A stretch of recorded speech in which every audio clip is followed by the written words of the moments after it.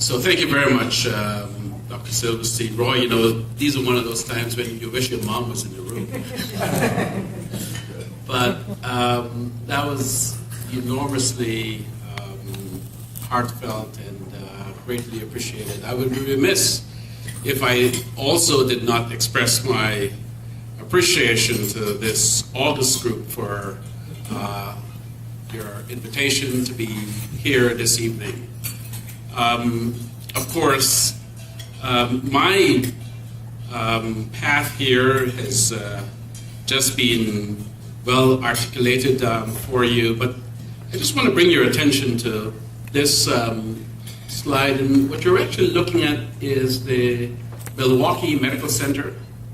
It's an absolutely phenomenal place. And, you know, I always believe that an institution should not be measured merely by buildings, but it's the people who occupy those buildings. And I'm here because I was attracted to the vision that both President Raymond, Dean Kirshner, Roy Silverstein, and I truly feel both humbled and honored to be here in Milwaukee. And I know that many of you in the audience have contributed to our transition, and I want to basically express my appreciation. Now, I've got a real story to tell you.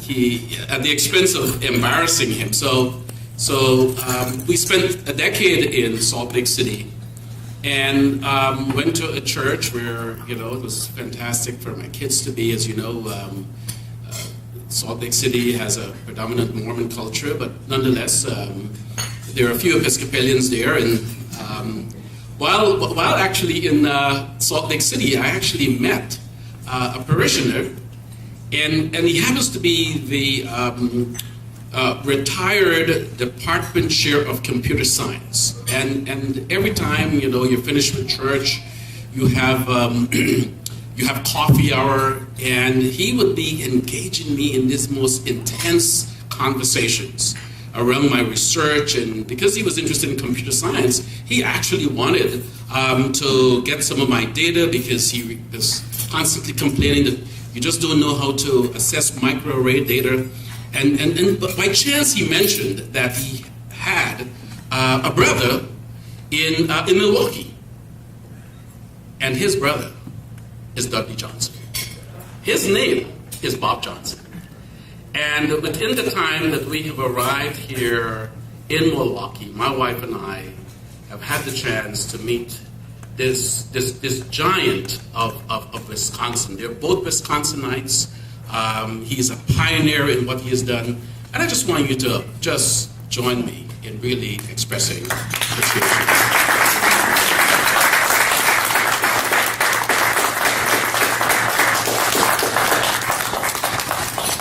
And that's a true story. All right, so I would be remiss, of course, if I also did not mention that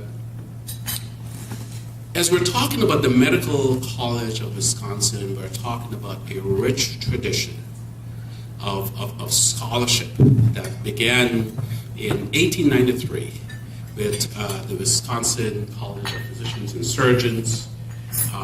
In 1913, after the Abraham Flexner Report, Marquette University School of Medicine was actually formed. Of course, its history went for another 54 years before 1970, when, of course, the Medical College of Wisconsin was born. But what I'm going to talk with you about this evening is this legacy of scholarship, this idea that that who we are is inextricably linked to our community. And I think that one of those fundamental communities is our medical community, how we're able to be thinking. And everything that I'm going to share with you this evening about the opportunities that I see for cardiovascular research, I think has its foundations in this rich history. And of course, many of you are part of it. I salute you, and I'm so appreciative to be part of this fraternity or this organization, and of course this city. So my goals this evening is to share a little bit about what's the opportunity? What's the mission? What's the vision that might be here? And I'll tell you about this concept, about how we're trying to organize cardiovascular, not only cardiovascular medicine, but we are here, we know about budget sequestration, we know that the NIH is under significant pressures in terms of grants. Of course, Roy went through this long list. It probably took a little bit longer, but that's a nice way of saying, you know what, Ivor is getting old. What does it mean for our young people? What does it mean for an 18-year-old young woman who is sharp as a whip, is interested maybe in material science? What are the opportunities that we may actually have here? Because I really think that it requires that kind of intergenerational connectivity. And I want to talk with you about conceptually how we're thinking about organizing ourselves. And importantly, this concept of signature programs. And my hope will be that I will share, and more importantly, that you will be able to provide some reciprocity in these conceptual frameworks. So as Roy mentioned, the idea that you will now bring together both clinical division of cardiovascular medicine and the research division, the research arm, was really into this inaugural position of the center director and the division chief of cardiovascular medicine was really novel. It attracted me, it felt very appealing. And here I was coming to Milwaukee, Wisconsin, so I just had this idea of maybe introducing myself to the community, but more importantly, getting feedback. And one way that I got feedback was actually I was going to provide you with these clickers, but I'm going to just show you one of these here tonight. So we have an external advisory board, and I actually posed these 5 questions to them. So this first question, and so as you can see there, what is the principal mission of the Cardiovascular Center? Roy mentioned it's world-class. Well, so as you can read there, to support the mission of Freighter, to support the mission of the Medical College, to support the mission of Children's Hospital, actually the dean told me to put that in there, to achieve world-class, it wasn't you, Mike Dunn, but to achieve world-class recognition like the Mayo Clinic for Cardiovascular Clinical Care, and last but not least, to achieve national and international recognition like Johns Hopkins for cardiovascular clinical care through innovation and cutting-edge research. Now, here's the idea. Each of you in the room has to pick your top choice, right? You can only choose one. Khan said not to choose as a choice, but in this particular case, I want you to pick one, all right? And I'm going to actually do a display to your right side. So everyone has got a choice? All right, here we go. And the survey says, all right? So this is quite interesting. Well, okay, here, now it works and now it doesn't. All right, this is all right. So anyway, so from your left to the right, 2% actually picked A. About 1 in 4 picked to support the medical college. But a whopping 6 to 7 out of 10. So just there we go. Yeah. Picked E. It's very interesting that I thought, at one time I thought that Mayo would have been up there. And by the way, so this was actually now a survey of the Cardiovascular Advisory Board, including MDs, entrepreneurs, everyone else. And I took the same survey and I did it internally, sample size well over 150, and it always maps out like this. It's amazing. So here we are in Milwaukee, but the aspirational goal is to achieve national and international recognition, like Johns Hopkins. That was incredibly powerful. That said, I made the right choice. But more importantly, I would actually have a message to ask people to open up their wallet, their wallets. No, just teasing. So just there we go. So this is really, in my mind, right here in Milwaukee, Wisconsin, people are interested in not only outstanding cardiovascular care, but you have to be innovative. You have to also be interested in finding the answers for the future. And Hopkins would be one of those signatures. So our dean, early in December, and coincident with my arrival, actually identified 8 areas where he simply asked and created teams of individuals to have a discussion, a dialogue, how each of these areas would be able to advance not only the research, but how it might be able to be integrated to the clinical mission here at the medical college. And as you can see it, so I mean, I didn't put cardiovascular just because, it's, the first letter in the alphabet that's going to come this way. But the point here is that, I want the dean to know that, hey, look, cardiovascular is number one. But the point here is that here are these others. So here is immunology and inflammation, neurodegenerative disease, concussion, traumatic brain, diabetes. So each of these areas had working groups. It was chaired by Paula Trackman, Dean Paula Trackman, and she's, of course, the chair of the Department of Microbiology. And we all were able to at least gain and capture, do environmental assessment, do your SWOT analysis, looking for the strengths, the weaknesses, the opportunities, and the threats. And I want to give credit to some amazing men and women who were part of this leadership team, this workshop.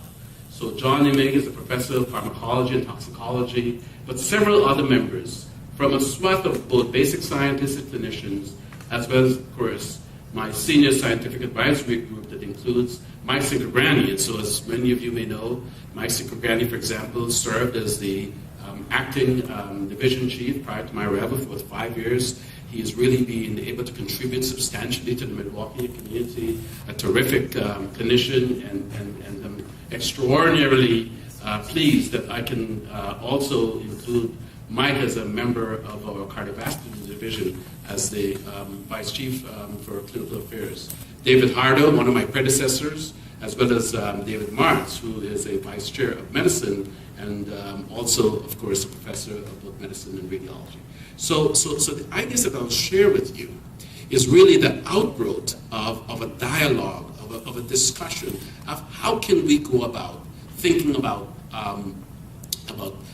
cardiovascular research and cardiovascular clinical care. So if your mission is about what you're about, this is ours. Our mission is to improve cardiovascular health in Southeast Wisconsin and beyond.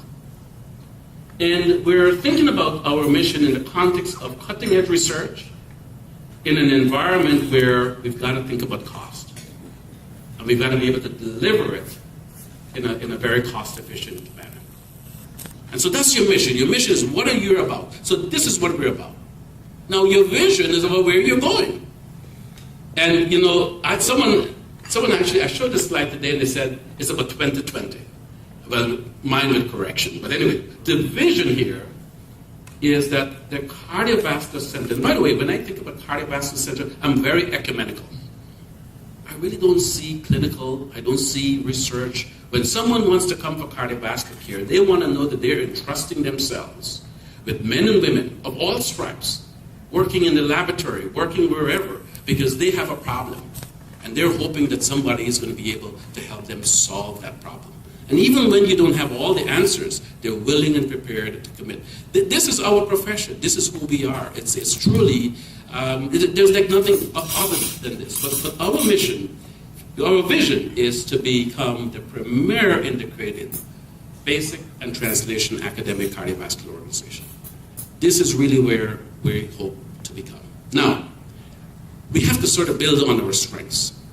And I'm looking over there at Mike Dunn, but I think that Dean Dunn is responsible for this slide, partly.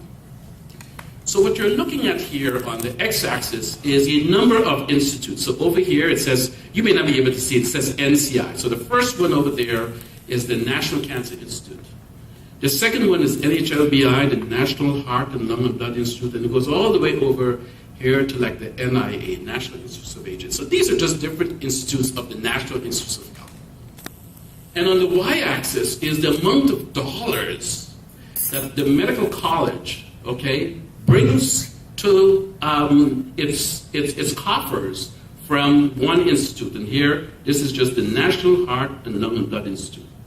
And here it stands north of $32 million a year.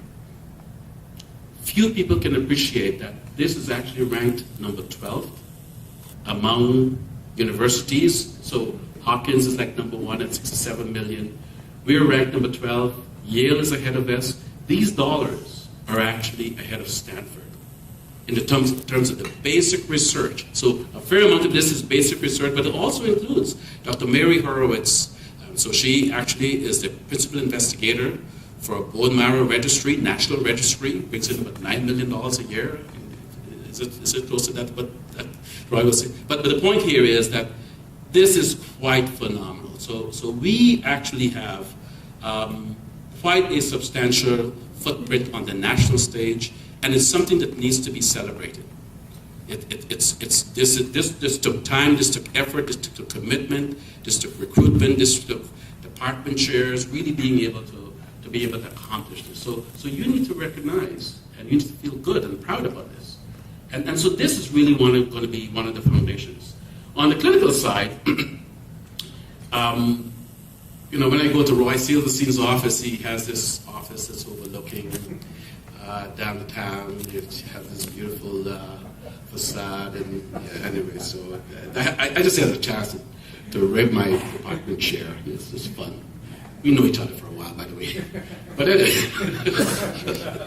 but the point I'm making here is that there is both research, but there's also the clinical side, and we're building a heart. So this is called, the acronym is CFAC, for the Center for Advanced Cardiovascular Care. So basically, there will be a mirror image of the cancer center when you go to the Frederick campus. In fact, the footprint is even bigger than that. But there you will have integrated services for solid organ transplant. Now, you remember the Jeffersons. We're moving on. But you know what? We got competition on our heels. And competition is a good thing. Competition is a really, really good thing. And not only, of course, in terms of cardiovascular care, there is Aurora that, of course, has a bigger footprint than even the medical college. But there are even strategic alliances that are being contemplated between, if you will, the 800-pound gorilla as well as UW Health in terms of partnership and new alliances. So what I like to share with my colleagues, and I think we're all in the same community here. Competition is a good thing. And in fact, I was actually having a conversation earlier this evening. There are really ways where it's less about competition, but how can we really elevate our game? And you've got to be able to do that. Training of trainees. I mean, these are all opportunities that we have. But importantly, we recognize that mergers and acquisitions is going to be ordered today. And we have to sort of be thinking beyond this particular space. And I think that there is no one that is outside of this room who doesn't appreciate that this is a good and healthy thing. And we'll see how that plays out. So what's the new normal do we have to adjust to? Well, one of the first questions is, of course, what are the most compelling and innovative platforms to improve healthcare as well as cost delivery care? I think that's an important one. There are gaps in our investment portfolio. You very much know that we have the Clinical Translation Science Institute. So in the medical college, so this is an NIH-supported program. And so when the medical college was applying, it simply said, let us actually propose a new model. So the medical college went out and said, who might be our regional partners? And those regional partners include Marquette University. They, of course, include the University of Wisconsin at Milwaukee, as well as the Milwaukee School of Engineering. So those are the 4 regional academic institutions that banded together to create the Clinical Translation Science Institute. And so this is a platform, this is an NIH-supported effort that's intended to drive the transformation of knowledge from basic research into the clinic. And of course, there's also the Advancing a Healthy Wisconsin. Many of you know the story. In 1999, when Blue Cross Blue Shield went private, they raised about, $500 million. They split the corpus between the 2 medical schools. Our corpus is probably now about, $400 million.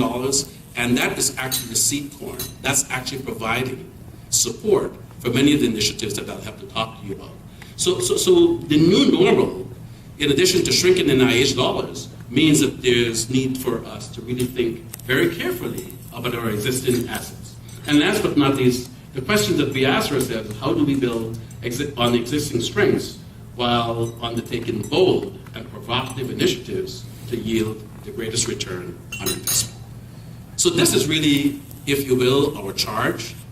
And this audience doesn't need that much introduction, but when you think about research and the opportunities for growth, I like to say basic research about molecules and cells, clinical sciences about clinical trials, and last but not least, there's population science, epidemiology.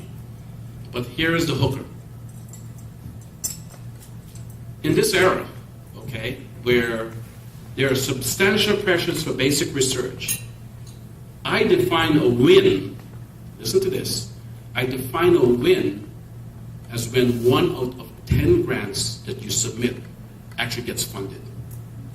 The funding percentile is 10 percentile. That's what it is. It used to be maybe 30th percentile. You put 3 grants in and the top 3 will get support. Today, the funding percentile for established investigators is 1 in 10. The sequestration is even lower than that. It's even lower than that. So a win, you just imagine if you're putting grants in, you're trying to support the laboratory, and you don't get funding. Now, what's a draw? Well, I define a draw as when the probability of any one of those grants getting funded, that's a draw, right? You lose when any grant that you put out is suboptimal. And we have to talk about that. We have to do a lot of things about that. So the point here, win, lose, or draw, when we're actually thinking about opportunities for growth, I showed you that we have enormous strengths in basic research. The question is, what might be some new opportunities? And if you don't remember anything else, I'll spend a little bit while on this slide. If you don't remember anything else, this is really the main message I wanted you to really take home. All right? So the idea of signature clinical and research programs is a concept that says, here we are, we're strong in basic research. But besides our mission being in research, education, and the clinic, we also have to engage and we have to focus on how we're able to impact that care in our communities, all the way over to health outcomes. So what I'm suggesting to you is there is a continuum that must occur, and it's how we're able to integrate ourselves across this continuum. Now, in the middle of this slide is what I have here, cohorts. It's where we will think about patients, maybe patients with heart failure, and I'll show you a few more examples, where we now have, of course, electronic medical record. We have a data warehouse. There have been $2-3 million that's been invested to capture information from our patients, and our patients may come from Fairfield Hospital, Children's Hospital of Wisconsin. This is a top 4 ranked children's hospital. But we've got a lot of data that we have on our patients. The question is, how do we then link up fundamental research to our patients that will ultimately be able to impact patients in our communities and families in communities where we can actually help to drive prevention, intervention, risk adjustment, of course involving health policy and health systems. So it's really being able to think in ways. And so the letters that we will assign to this is over here, it says T0 all the way over here to T5. It's just a different way of thinking about how do we be able to integrate ourselves. So how can we put this operationally? So I'm going to build a series of steps. So the first, as I suggest, is to build care teams. And we call these care teams affinity groups. Again, the platform is the Clinical Translational Science Center, but this is a way in which we are now going to, instead of everyone basically operating in their own silo, we're going to find ways for us to really be able to engage dialogue and discussion around real-world problems, patient-oriented problems, disease-oriented problems, where clinicians are talking with basic scientists, they're talking with policy experts, but just as importantly, we've got to train the next generation. And this includes, of course, young faculty, established faculty, our staff, our trainees. And the concept that we're suggesting is that these affinity groups will then become nexus. These really where the ideas will be generated. But just as importantly, there has to be a return on all of that effort. And so what I'm going to describe for you now is 3 levels of what I call signature programs. And I'll show you examples of those. So if this works amazingly well, then the first level is a signature program, level 3, and that will be defined by criteria. There would be 8 different criteria that we have for signature programs. So we want people to be able to publish, and they need to be able to get funding. Funding, K grants means a career development grant, and R grant means an independent grant. And you get the idea. So the next level will be a signature program level 2. This is the penultimate. This is when groups of individuals now are able to get these larger grants that has a national reputation, where they have knowledge transfer, and they're able to do, PPG stands for like a program project grant, where there are like 4 or 5 different investigators. But you see what we're doing. We're building. This is the funnel. This is helping to move us, if you will, and it's a way of keeping the scorecard. And if you're an affinity group, you may say, well, how do I get to become a signature 2? So this is the penultimate. The ultimate is this. If you've made a discovery in the laboratory, you might be able to get a patent, right?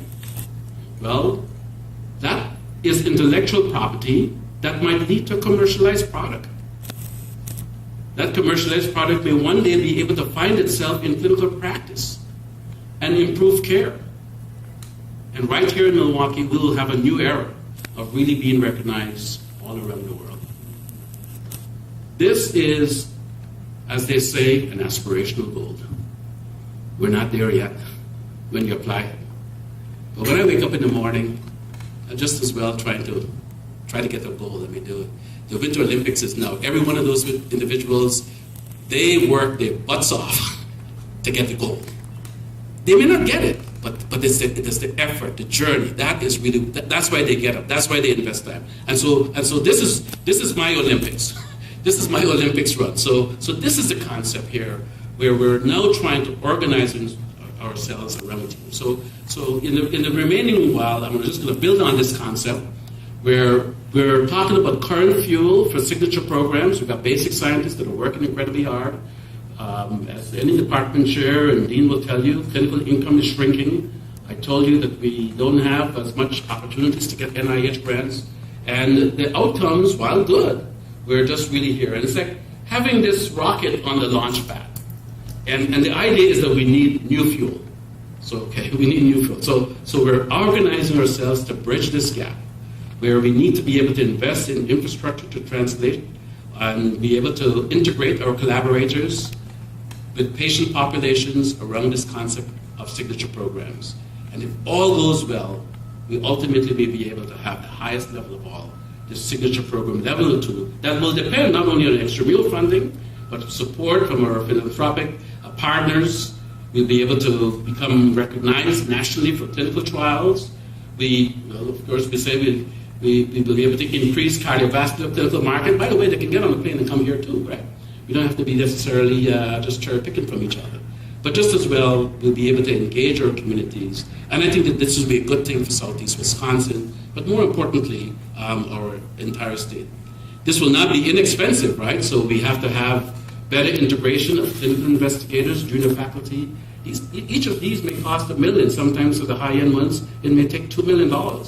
We've got to be able to invest in infrastructure, and this is not intended for you to get all the details, but if you know anything about investment, it's about dollars. But the point here is the concept. The idea that we really are going to move from what we are doing now to something that really engages in full partnership. An email, you know what to find me. The point here is that anyone can be part of this. It will take all comers to really make this possible. So the medical college has committed itself to become an NCI-designated cancer center. And cardio-oncology, all the cardiologists in this audience know that, of course, there are large numbers of patients who have life-saving drugs, chemotherapeutic drugs, but they have side effects and deleterious consequences on the heart. So this is a no-brainer for opportunities to be able not only to identify susceptibility, but to perhaps be able to prevent who might be less appropriate for chemotherapeutic agents. A women's program, extraordinarily proud of the fact that we have about 36 members on our faculty, at least a third are women, which is higher than most other divisions of cardiology can actually claim. And that's by the way, I only can take credit for that. but I'm working on it through recruitments. But anyway, heart failure transplant, obviously advanced cardiovascular care, regenerative medicine. We've got phenomenal. They've got them in many others have made important contributions. Atrial fibrillation, you get to be 80, 1 in 4 people in this room are going to have atrial fibrillation through a variety of factors. Big, huge problem. We got to be able to study that. And last but not, 2 others, including, of course, diabetes, which is important. And last but not least, the phenomenal work that Alan Cowley, I think, has just really been able to drive genomics. But when you sort of think about the concept, we have world-renowned research on hypertension. But this idea of a signature program, and I don't think that I'm speaking out of school, our clinical hypertension program is not, if you will, at the same level. And we need to be able to integrate those. This is not said as a criticism, but the point is that there are ways in which we can build on our research and really be able to catapult ourselves beyond, if you will, the fundamental discoveries, all the way to really be able to impact patient care. So what I like to say, this will not be a walk in the park. We got to get beyond our silos, and it will be more like crossing the Grand Canyon if you can do this. I can't, but maybe you can. So there are ways that we're trying to basically bring our collaborators together. We want to be able to have clinicians early in the morning. They have to get to the clinic at 8 o'clock. So we have ways in which we're trying to get clinicians to come and talk about the problems. It turns out the clinicians know the problems. We have basic investigators who are just studying their little pathway, but you need the clinicians to help identify the problems. So we need to bring them together, and we're finding ways to be able to do that. Our bench scientists need to also come up to speed in terms of what are the clinically relevant problems. So it's a whole culture change, it's a whole effort. So in a nutshell, what I'm suggesting to you is that the nucleating center is an affinity group. 2 or 3 people getting together. I've got an idea. You're a basic scientist, I'm a clinician. Let's talk, let's figure this out. But importantly, that activity must have some outcome through being able to fund. There are levels at which we're going to grade ourselves, and ultimately we can then become this signature one. And by the way, this should be of interest to the hospital. It's a no-brainer that if you're branding your practice, because you're building on fundamental research, education, and clinical trials, as well as community engagement, this should be of interest to any CEO of a health system, as well as, of course, the dean of the medical school. Why? Because it's a bottom-up process. We score a grant based on its significance and innovation, and this is an opportunity that we have in these little groups. But importantly, we're going to be able to use this opportunity to be able to fund these different levels, because ultimately impact is going to happen when you're able to leverage. And this is what an academic medical center has to be able to do. It's got to be able to capture all of those different disparate entities in health policy, as well as basic research, clinical research, for you ultimately to be able to have impact in various communities. And this is actually very timely, because I mentioned to you already about the Advancing Health to Wisconsin. Now, here at the Medical College, we have spent well over close to $165 million from Advancing Health to Wisconsin, and there's a transformation in terms of the next 5-year plan. You're trying to move away from being a grant maker to a change maker. And we've had a little bit of seed corn to be able to help this make possible. I'm just going to finish up in the next few slides. But anyway, so the dean and as well as others have been able to facilitate. We're leveraging our CTSI. We obviously need support for our philanthropic partners. We can use some of these early monies to recruit faculty that we don't quite have now. It's important for us to build the infrastructure to drive translational research.